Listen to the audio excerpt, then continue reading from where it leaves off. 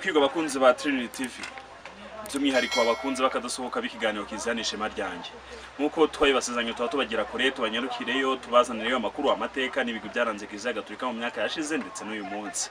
Kuri uyu munsi rero twasuye umuryango wa Emmaus. Ntabwo ari bose nkuko mubizi turi mu bihe bidasanzwe bya COVID-19 ariko twagerageje kuganiriza abawuhagarariye nkuko mubibona rero ni ibitsina byombi ubwo murabigira amatsiko hanyuma nkuko bisanzwe turatangira twibwirana kugira ngo muze kwisanga mu kiganiro tugiye gukora uyu munsi.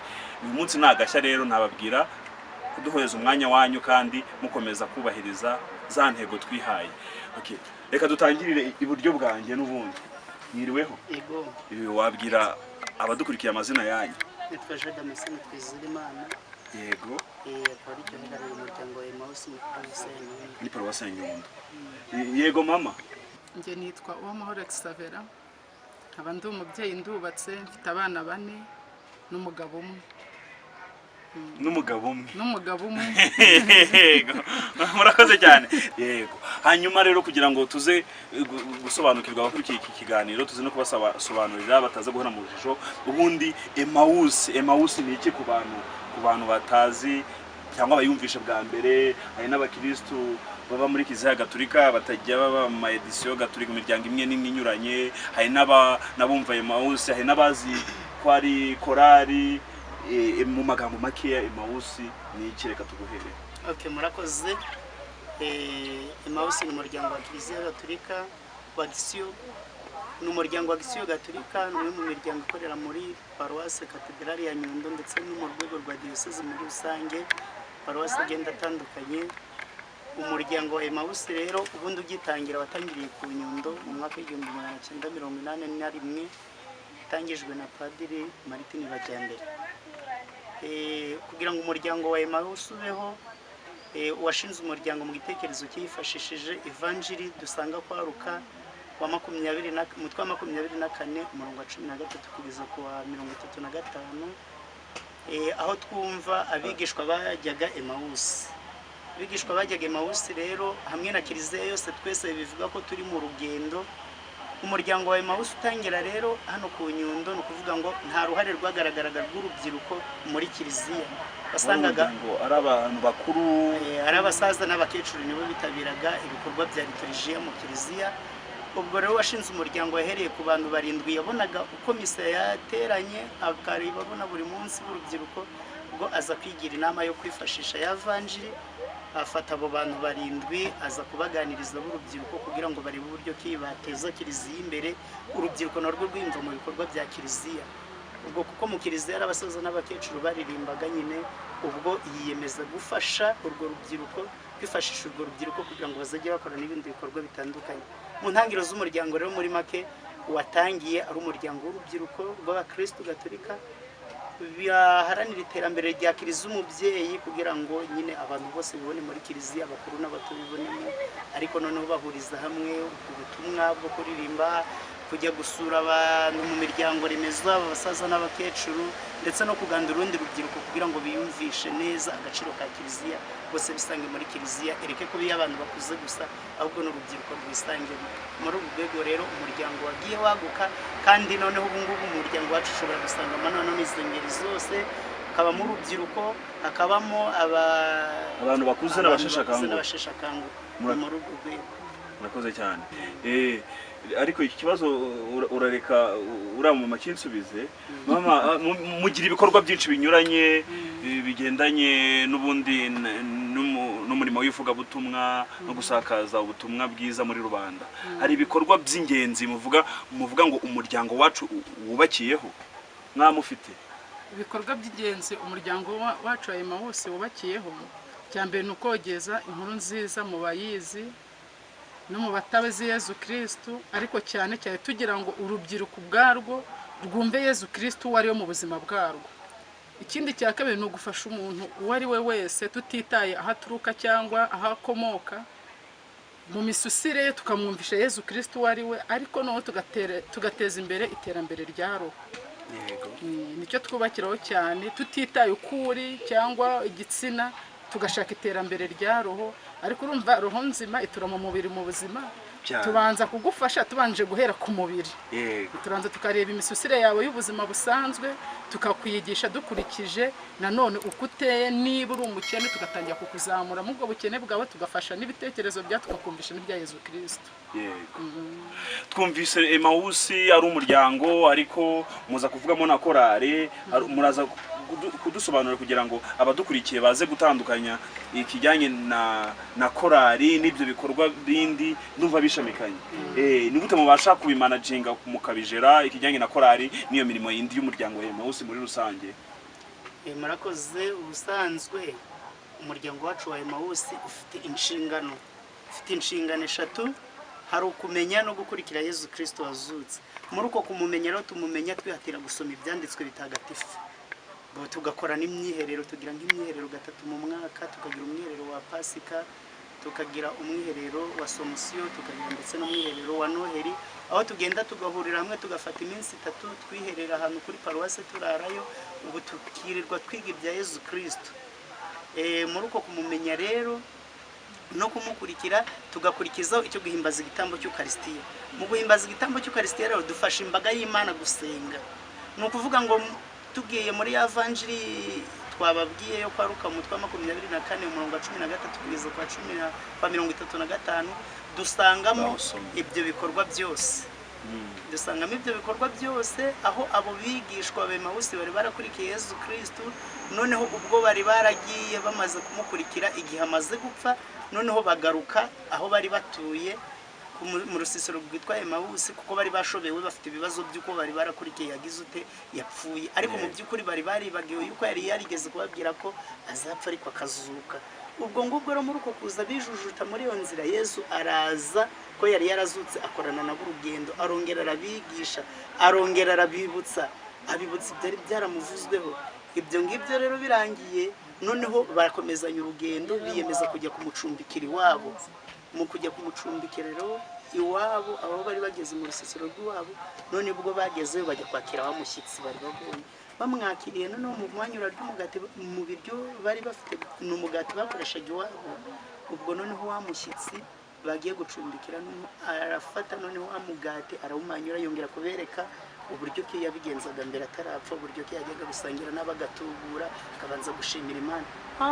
Barongera bibuka yuko bagize gute yuko ari Yesu Kristo. Aho rero niho dukura igikorwa cyo kujya guhimbaza igitambo cy'Ukaristiya, tukaririmba misa dufasha imbaga y'Abakristo kugira ute gusenga, kuko aho dushingiye kuri Ukaristiya, aho niho twongera kwibuka ibyo bikorwa Yesu Kristo yakoze.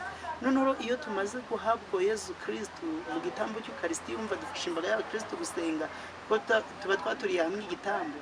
Noneho turahindukira tukagenda tukajya iwacu ku mirenge, tukajya kumwamamaza mu bamuzi no mu batamuzi, tugenda kujya kwigisha ibyo bikorwa byiza Yesu Kristo aba yagize ute, icyo cyiza aba yongeye kutumanyura umugati twaturanye nawe igitambo, ubwo akaduhereza imbaraga zo kugira ngo tujye kwamamaza ubwo butumwa muri abo bamuzi n'abatamuzi, twita ku rundi rubyiruko, dusura abo batishoboye, abo bakecuru, abo basaza. Mu rwo rwego tuba turimo nuko tubigenza, ubw'inshingano eshatu zikaba zirangiye. Muraza kutwihanganira kuko hari umuntu mwabonye muri kamera akaba atagihari, yari atabaye hari mu kanya, ariko mu kanya arabaje. Hanyuma mu magambo make, Emmaus yatangiye ryari? Emmaus yatangiye mu mwaka w'1981. 1981 bivuga ngo imaze imyaka myinshi mu muryango, imyaka igera kuri 39. Yego. Muri rusange rero mu kiganiro twagiranye kare mwaje kutubwira ko hari paruwasi zitarageramo uwo muryango. Ese izo ngizo murazitubwiriza izo, hanyuma munatubwire n'icyo muteganya niba mubona umuryango ukwiye kwagukiraho cyangwa se mwarabyihoreye bitari ngombwa cyane, hanyuma muze kutubwira n'amazina y'izo satrale atabarizwamo uyu muryango wanyu. Murakoze. Ni ukuvuga ngo ubutumwa buracyakomeje, aho twabaga tugiye gushinga umuryango, aho byakundaga tukasanga abantu bahise babyemeranaho hantu twahitaga dukorera. Mu maparuwasi yose agize diyoseze ya Nyundo, buriya ahantu hari hataragira umuryango, ariko nabyo duteganya ko ushobora kujyayo nk'ibihe bya Covid birangiye, ni paruwasi ya Kibuye, Kibingo ndetse na Mushubati. Kibuye, Kibingo na Mushubati niho hantu hari hataragira umuryango wa Emmaus. Urakoze cyane. Mama, tumaze iminsi mu bihe bidasanzwe by'inkubiri y'icyorezo cya Covid-19, ibintu byaradogereye, amakiza yarafunze, nta mahuriro yari akibaho. nk'ubuyobozi bwa Emmaus mufite umuryango mugaragiye muyoboye, mwabyitwaye mwabaherekeje gute muri urugendo rukomeye muri aya matariki atukura niko nabivuga? Hari ikintu mwarabafashije? Hari ukuntu mwagerageje kuvugana uko guhura ntabwo byari bigishoboka deja? Iyi nkubiri y'iki cyorezo ni ikihe kintu kidasanzwe yaba yaradogereje? Twebwe ikintu gisa n'ikidasanzwe twavuga ko ari ukudaterana ku bw'umubiri, ariko twebwe nk'umuryango wa Emmaus duterana ku bwa roho, kuko n'ubusanzwe dukora ku wa gatatu, dukora amasura kuva saa 8 kugera saa 10, no ku wa gatandatu tukitabira umuryango tugatura igitambo cy'Ukaristiya mu gitondo cya saa 12 n'igice tugataha saa 5. Ku cyumweru nabwo turirimba misa ya mbere, tutanayiririmba ni itegeko ko tujyayo, twarangiza tugahura nabwo tugataha saa 5. Ubwo ni gatatu mu cyumweru. Buravuga ngo ikidasanzwe ni inshingano ku Emmaus gusenga buri gihe. None dufitemo n'amayekipe gutyo, nubwo tuvuga ngo turishamiye rya Nyundo, ariko tugiye dufite amatsinda agiye agabye muri paruwasi yose mu masantrale. Ni ukuvuga ngo n'ubundi burya perezida afite telefone, nanjye nyifite, uko komite dufite telefone, no mu ayo mayekipe bafite telefone. Tugenda twohererezanya ubutumwa, tukareba isomo ry'uwo munsi twari guteraniraho. Perezida akongera agahwitira abanyamuryango, akabwira perezida wa ekipe, perezida wa ekipe nawe kohereza abantu agaragiye aho ngaho muri santrale, kabwa ati twari kwiga gutya, noneho akabandikira n'inyigisho nkeya kuri telefone, akaza kumenya ese wabyakiye ute. Naho kuba bafite telefone nabo barongera bakamusubiza twabyakiye gutya, isomo ry'uyu munsi ryavuga gutya, ryamfashije gutya, bagenda biba bihanahana bakoresheje telefone. Noneho ayo makuru yose uko yageze kuri perezida wa ekipe, nawe niko ahindukira nawe akayageza kuri perezida w'ishami rya Nyundo. Ubwo tujya turebe mbese byagenze gutya.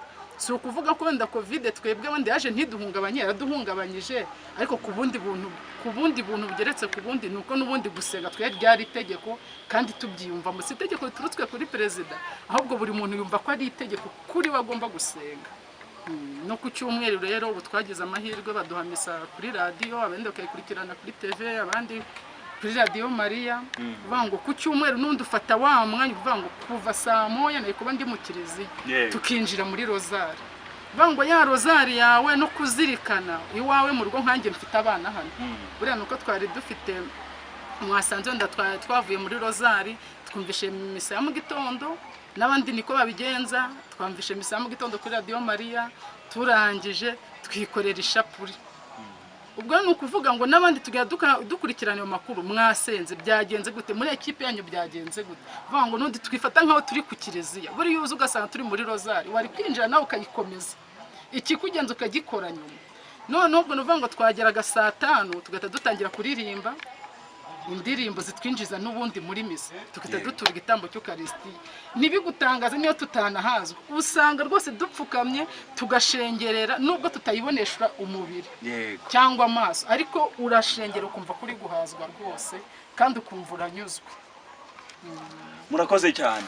Ndumva muri iyi minsi tutahuraga, mwe hatabayeho gutana, byanga byakunda uko mwakomezaga muri yanzira mwihaye mwiyemeje, kandi mukanahamagarana mukamenya buri umwe uko yaramutse, ndetse niba hari n'ibitekerezo mukomeza kubisangira kubisaranganya. Ni byiza cyane, murakoze. Ni gakeya, ni imiryango mikeya si yose, imyinshi iki cyorezo cyaraje biradogera, imyirazimira, bamwe baraburana, hari n'abatiyumvishaga uburyo bw'ikoranabuhanga ukuntu basangiye bakomeza gusangira ibitekerezo batari kumwe, batahuye imbona nkubone, bakumva neza ntabwo byakira. Ariko myewe ndumva mwarakoze umurimo utoroshye cyane, ubwo n'ubutwari rwose. Hanyuma papa, komite yanyu yatangiye rero ryari mwatangiye mwagiriwe icyizere mugahabwa inshingano zo kuyobora abanyamuryango ba Emmaus? Okay, murakoze. Numva je n'abavandimwe dufatanije muri komite tumaze amezi agera umwaka n'amezi 2. Bura dutangiye umwaka n'amezi 2 kuko numva komite yacu abo twasimbuye twatowe ku tariki ya 2 z'ukwezi kwa gatandatu 2019. yego murakoze. Ntabwo inshingano mufite ntabwo nazita nk'ubuyobozi busanzwe bwa leta, ariko iyo uhagarariye abantu hari ubugomba kwitwararika, hari amabwiriza uba ugomba kugenderaho, hari ibikorwa runaka, hari n'imbuto baba bagutegerejeho. Ese ubwo ndaza kukubaza n'uriya araza kukunganira, ni izihe nzitizi muri uru rugendo rwanyu mu kuyobora Emawusi mwagiye muhura nazo mubona zisa n'izabagoye? Numva nta bishya bidasanzwe byabayeho. Ubundi twe ko turi muri kiliziya n'ubundi tugendera mu murongo mwiza wa kiliziya, hari abantu ntihabura urundurundo, ariko noneho n'ubundi turagerageza dufashijwe n'isengesho nk'uko twabitojwe, n'ubundi nta byacitse bihari. Boroye inzitizi duhura nazo nuko ubwitabire bw'abantu akenshi ukurikije n'ejo nzamera nde abantu baba barimo nyine, hari ubwo abantu baba batitabiriye niba muri gahunda y'umuryango y'umunsi igihe twari tutarajya muri covid, ugasanga yenda ubwitabire ukurikije n'umubare w'abantu mufite ugasanga ntibyashobotse. Ariko ku munsi ukurikiyeho ku buryo twabazaga buri wese tuti ese wowe wasibijwe n'iki, tukabayoboza umuyobozi w'itsinda rye akadusobanura impamvu, abo bahaye impamvu abatarazitanze kubera yenda uburyo bw'itumanaho nabo bakadusobanurira, ariko kenshi tugasanga ari ejo nzamera nde iba yateye umuntu kugira ite kutaboneka. Ariko ntabwo bigaragara kenshi, ariko nyine urumva iyo ni inzitizi ku muntu uyoboye. Iyo abantu batabonetse wibaza byinshi, ariko tukagerageza gukurikirana aya makuru bitewe n'ubuzima buri hanze aha ngaha. Hari inzitizi wowe cyangwa yabikuvugiye? Oya, nta nzitizi mbona, kandi twe niyo twahura nayo. Kera Mariya bitubwiye neza ko umwana wa Mariya ahura n'imisaraba. Twebwe rero guhura n'uwo musaraba ni nabwo buryo bwiza two kumva ko twinjiye muri Yezu Kristo, kuko n'ubundi iyo turi mu gihogere tumeze nk'izi modoka ziri kugenda mu muhanda, nta nzitizi uhuye nayo. Uzaba uri umuyobozi igomba kuza ikagukaranga, ahubwo ukamenya uko usenga muri wowe. Ariko nta yindi nzitizi, nta gushwana, nta kindi. Nuko kuntu nyine uba wifuza ko twagera ku ntera y'ikirenga, uraririmba byiza ukumva ntugezeyo aho ngaho. Niyo mpamvu rero tuba twumva byanga bikunda tugomba gusenga, kuko n'undi ntitwagera iyo ngiye twambaye umubiri, ntabwo bishoboka. Nta nzitizi yabyacitse twari twahura nayo, ariko nta niyo duteganya. Ndakeka na Bikira Mariya atazabidukundira ko tuhura nayo, ntabwo bishoboka. Bakunze ibiganiro Kiliziya Ishema Ryanjye rero mwabyumvise, n'ubu uri mu rugendo ukabona nta nzitizi nimwe uhura nayo, ukabona nta kintu kigukonaniza, uzamenye ko wayobye. Inzira ya nyayo nuko ugomeza guhura n'inzitizi ukarwana ugatsinda ibigeragezo. Sicyo washatse kuvuga? Yego, mwabyumvise. Dukomeza ikiganiro cyacu rero. Emawusi ni umuryango mugari wagutse, ufite abantu benshi hirya no hino, byanga byakunda hari ibikorwa by'urukundo mugira. Yego, muraza kwitubwira niba bihari, hanyuma munatubwire uko mubana hagati yanyu mu muryango, niba hari ukuntu mufashanya mu buryo busanzwe cyangwa n'ubudasanzwe bwose, niba buhari muratubwira. Murakoze. Ni ukuvuga ngo mu bikorwa uroye dufite hari ukwitabira no gushyigikira imiryango remezo. Icyo ni igikorwa cya mbere. Hari ugufasha abakristo guhimbaza cya gitambo cy'Ukaristiya. Icyo ni igikorwa cya kabiri. Hari ugufasha abakristo mu bitaramo byo gusingiza Imana. Hari uko gusura abavandimwe mu miryango remezo. Ibyo byose ni ibikorwa dukora. Hari uko gufasha abatishoboye, abo batishoboye cyangwa se tugafasha no mu mirimo paruwasi igihe cyose baduhamagaye. Ibyo byose turabyitabira tukabikora, tukaba gufi bwa padiri mukuru wa paruwasi umuryango ukoreramo. Ko niba uri umwana mu rugo, umubyeyi igihe cyose agukenereye n'igihe ashakiye kugutuma uramwitaba kandi ukabikora wihuse. Hari ugufashanya hagati y'abanyamuryango bwacu rero mu kwiteza imbere, haba kuri roho no ku mubiri. Ni ukuvuga ngo ntabwo twafata n'intera yo kujya gufasha abandi, ariko natwe tutifashije ubwacu.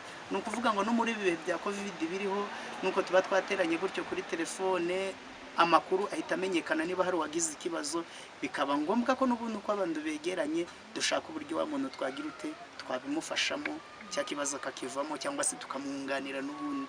Ubwo ni uburyo dusanzwe dukoresha muri rusange. Murakoze cyane. Dusoza ikiganiro cyacu rero twagiranye kigufiya, muraza kutubwira niki, ndabaza mama, niki mufite cy'umwihariko cyangwa ikindi kintu mushobora kubwira abakunzi b'ikiganiro Kiliziya Ishema Ryanjye cyatuma banyoterwa wumvaga Emmaus ku izina gusa cyangwa yumva ko ari korari akaba amenye ko ari umuryango mugari ndetse yumva yananyoterwa kuba yawuzamo niki mwagira ikintu mumubwira kugira ngo agire amakuru ahagije cyangwa se ikintu kidasanzwe cyatuma umuntu yumva yakihuza namwe yabo mwe murimo gushengerera Yesu mu sakramento ry'Ukaristiya nubwo duhimbazwe igitambo cy'Ukaristiya nubwo duterana inkunga nubwo turarikira urwo rubyiruko ati munyuri y'inzira urumva ko harimo abubatse harimo abakuze harimo n'abashesha kanguhe ariko iyo tugeze mu cyo gihe cy'ishengerera buri muntu wese ahita yumva ko Yesu ari aho ngaho kandi akabona igisubizo cy'ikibazo yazanye uko gushengera rero Yesu Kristo mu Ukaristiya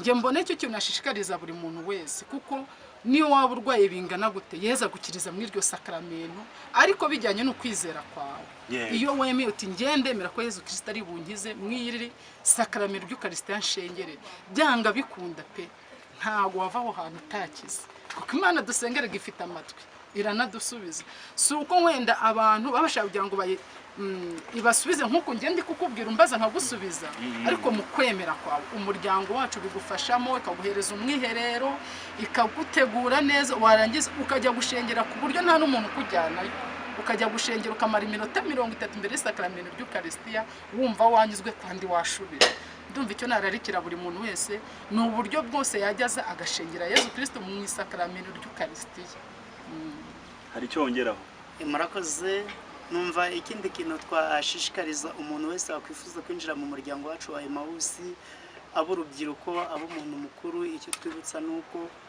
umunyamuryango yinjira mu muryango yaba ari urubyiruko iyo yahawe amasakramento akayarangiza byiza ariko niyo atarayarangiza n'ubundi akomereza ko agatozwa uburyo bwo gukomeza kugira ngo arangize amasakramento abakuru rero abantu bashobora kuba butse urugo abinjiramo n'abashyingiranywe Gikristo mu kuvuga ngo mu nshingano dufite ndetse n'ubutumwa twagiye duhabwa n'abepiskopi bagiye basimburana kuri katedrali yacu ya Nyundo twahawe ubutumwa bwo guca umuco mubi wo kwishingira tugasenya ndetse n'urukuta rw'amoko ukuvuga ngo uwinjira mu muryango wa Emmaus ni ishuri twinjiramo naho dutorezwa uburere bwa Gikristo ndangagaciro za Gikristo kugira ngo n'ubundi tubeho turi muri wa mujyo kugira ngo twifatanye na Yesu aducyamure tuba abantu bajyana nawe nubwo twatana ariko mu by'ukuri atugarure hafi muri Emmaus rero ntabwo abantu bazamo ngo ukeneye kwishingira yishingire ahubwo tugerageza kurwanya wa muco mubi wo kugira ute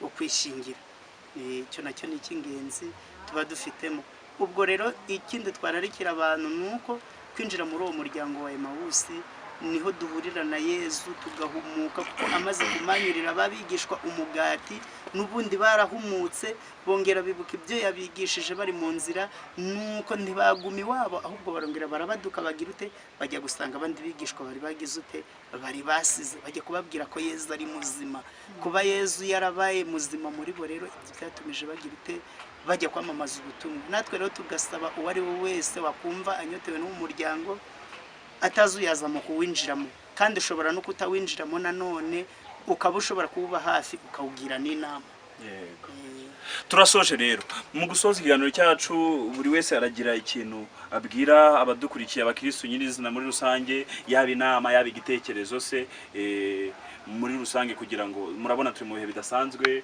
turi mu bihe kiliziya zifunze turi mu bihe amahuriro yose yahagaze yaba mu buzima busanzwe se haba muri bihe by'iki cyorezo se cyangwa se no mu bihe bisanzwe n'inama mwahereza abantu turahera hakurya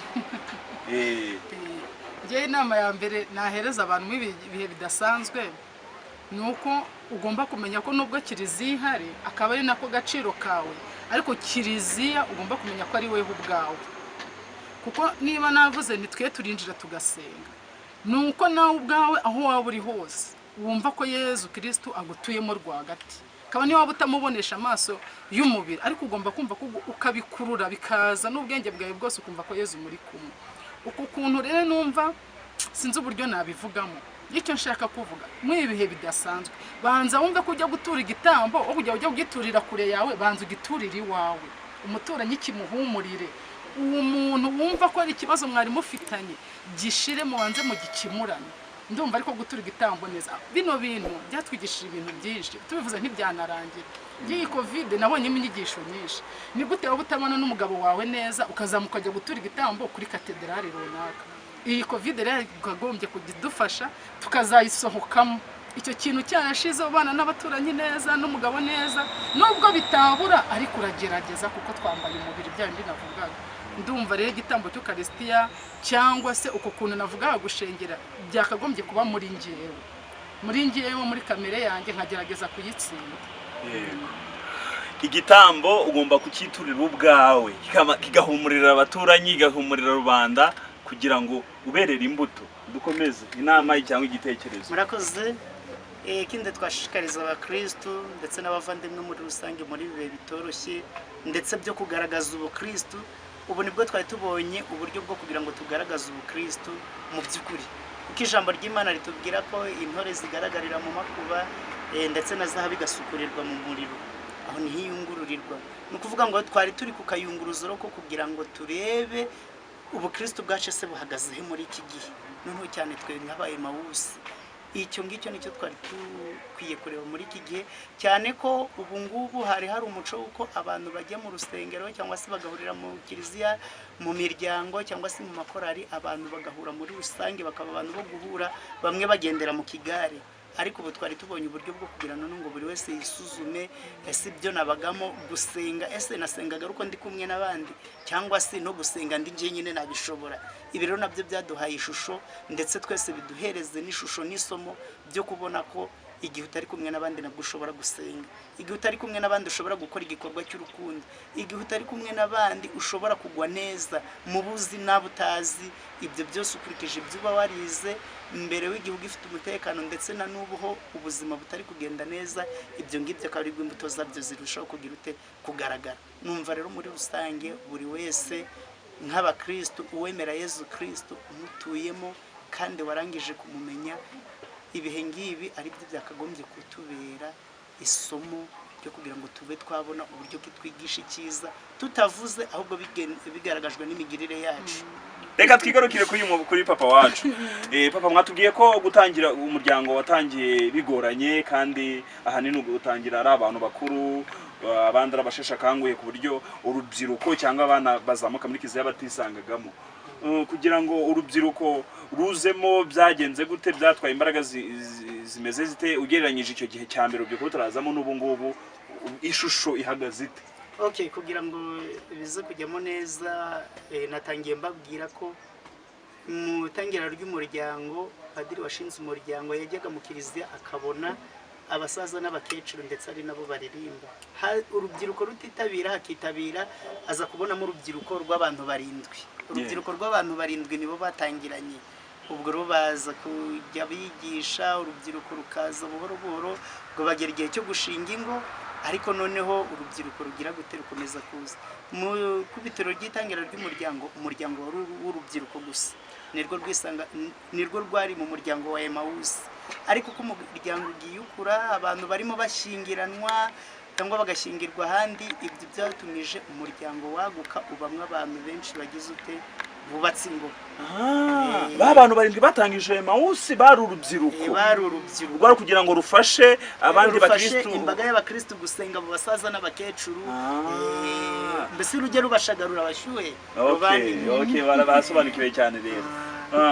Ugereranyije igihe rero cy'imyaka icyahambere n'ubu ngubu, ubona umuryango uri kwaguka cyangwa hari intege nkeya zikirimo? Umuryango uri buraguka, kuko umuryango uko wagukamo abenshi n'urubyiruko. Impamvu ari urubyiruko nuko abawurimo n'ubundi bashyingiranwa n'ubundi abo babyaye nabo bakiyemeza ku bwende bwabo kuza kuba Emawusi. Bakaba barimo bari urubyiruko rukuru ndetse hakabamo n'abana b'abataramira Imana mu kiliziya.